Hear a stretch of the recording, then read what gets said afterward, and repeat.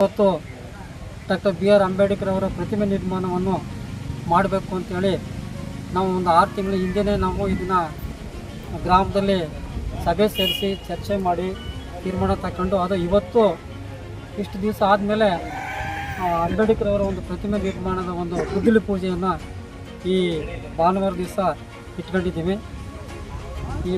ಈ ಸಂದರ್ಭದಲ್ಲಿ ಅಂಬೇಡ್ಕರ್ ಅವರ ಪ್ರತಿಮೆ ಎಲ್ಲೂ ನಿಲ್ಲದೆ ಸರಾಗವಾಗಿ ಈ ಪ್ರತಿಮೆ ನಿರ್ಮಾಣ ಆಗಬೇಕು ಅಂತೇಳಿ ಈ ಮುಖಾಂತರ ತಮ್ಮೆಲ್ಲರನ್ನು ಕೋರ್ತಾ ಇವತ್ತು ಬಾಬಾ ಸಾಹೇಬ್ ಅಂಬೇಡ್ಕರ್ ಪುತ್ಥಳಿಯನ್ನು ನಮ್ಮ ಚುಂಚನಹಳ್ಳಿ ಗ್ರಾಮದಲ್ಲಿ ನಿರ್ಮಾಣ ಮಾಡಬೇಕಂತೇಳಿ ಸುಮಾರು 2 ತಿಂಗಳ ಕಾಲ ನಮ್ಮ ಹಿರಿಯರು ಮತ್ತು ನಮ್ಮ ಗ್ರಾಮದ ಯಜಮಾನರ ಒಂದು ಸಮ್ಮುಖದಲ್ಲಿ ಸುಮಾರು ಸಭೆಗಳಾಗಿ ಈ ದಿನ ಗುದ್ದಲಿ ಪೂಜೆಯನ್ನು ಇವತ್ತು ನಾವು ನೆರವೇರಿಸಿದ್ದೇವೆ.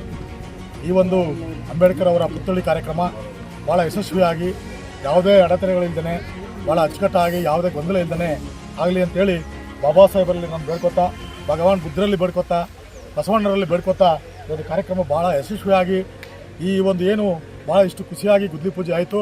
ಈ ಒಂದು ಗುದ್ದಲಿ ಪೂಜೆ ಮುಂದೆ ಒಂದು 6 ತಿಂಗಳಲ್ಲಿ ಈ ಒಂದು ಅನಾವರಣ ಆಗೋ ರೀತಿಯಲ್ಲಿ ಎಲ್ಲರೂ ಗ್ರಾಮದ ಜನತೆ ಸಹಕಾರವನ್ನು ಕೊಟ್ಟು ಈ ಪುತ್ಥಳಿ ಕಾರ್ಯಕ್ರಮ ಯಾವುದೇ ಗೊಂದಲ ಯಾವುದೇ ರಾಜಕಾರಣ ಬೆರೆಸದೇ ಭಾಳ ಯಶಸ್ವಿಯಾಗಿ ಈ ಪುತ್ಥಳಿ ಕಾರ್ಯಕ್ರಮ ಮಾಡಲಿಕ್ಕೆ ಎಲ್ಲರೂ ಸಹಕಾರ ಕೊಡಬೇಕು ಅಂತೇಳಿ ಈ ಸಂದರ್ಭದಲ್ಲಿ ನಾನು ಕೇಳ್ಕೊತಾ, ನನಗೆ ಈ ಸಂದರ್ಭದಲ್ಲಿ ಮಾತಾಡಲಿಕ್ಕೆ ಅವಕಾಶ ಮಾಡಿಕೊಟ್ಟಂಥ ಗ್ರಾಮದ ಯಜಮಾನರಿಗೆ, ಹಿರಿಯರಿಗೆ, ಅಧ್ಯಕ್ಷರು, ಪದಾಧಿಕಾರಿ, ಗ್ರಾಮದಲ್ಲಿ ಡಾಕ್ಟರ್ BR ಅಂಬೇಡ್ಕರ್ ಅವರ ಪ್ರತಿಮೆ ನಿರ್ಮಾಣ ಗುದ್ದಲಿ ಪೂಜೆ ನೆರವೇರಿದೆ.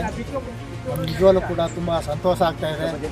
ಎಲ್ಲ ಯೂತ್ಸು ಮತ್ತು ಗ್ರಾಮದ ಯಜಮಾನರು ಹಿರಿಯರು ಎಲ್ಲರೂ ಸೇರಿ ಈ ಒಂದು ಒಮ್ಮತದ ತೀರ್ಮಾನವನ್ನು ತೆಗೆದುಕೊಂಡು ಯಾವುದೇ ಸುದೀರ್ಘವಾಗಿ ಇಲ್ಲಿಯ ತನಕ ಎಲ್ಲವನ್ನು ಕೂಡ ಚರ್ಚೆ ಮಾಡಿ ಆಗುವವುಗಳ ಬಗ್ಗೆ ತೀರ್ಮಾನ ತೆಗೆದುಕೊಂಡು ಒಂದು ಒಮ್ಮತದ ತೀರ್ಮಾನಕ್ಕೆ ಸಿದ್ಧತೆಯನ್ನು ಮಾಡಿಕೊಂಡು ಇವತ್ತು ಈ ಒಂದು ಕಾರ್ಯಕ್ರಮವನ್ನು ಮಾಡಿದ್ದಾರೆ.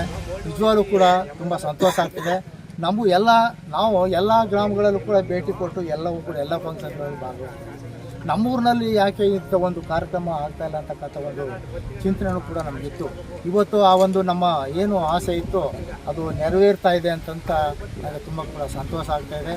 ಈ ಕಾರ್ಯಕ್ರಮ ಭಾಳ ಯಾವುದೇ ಆಡಂಬರ ಇಲ್ಲದೆ, ಅದ್ದೂರಿ ಇಲ್ಲದೆ, ಸರಾಗವಾಗಿ, ಯಾಕಂದರೆ ಕೆಲವು ಗುದ್ದಲಿ ಪೂಜೆಗಳು ಪ್ರಾರಂಭದಲ್ಲಿ ಹುಟ್ಟುತ್ತಾ ಭಾಳ ಅದ್ದೂರಿಯಾಗಿ ಹುಡ್ತವೆ, ಆಮೇಲೆ ನಂತರ ಏನಾಗ್ತವೆ ನಸಿ ಹೋಗ್ತವೆ.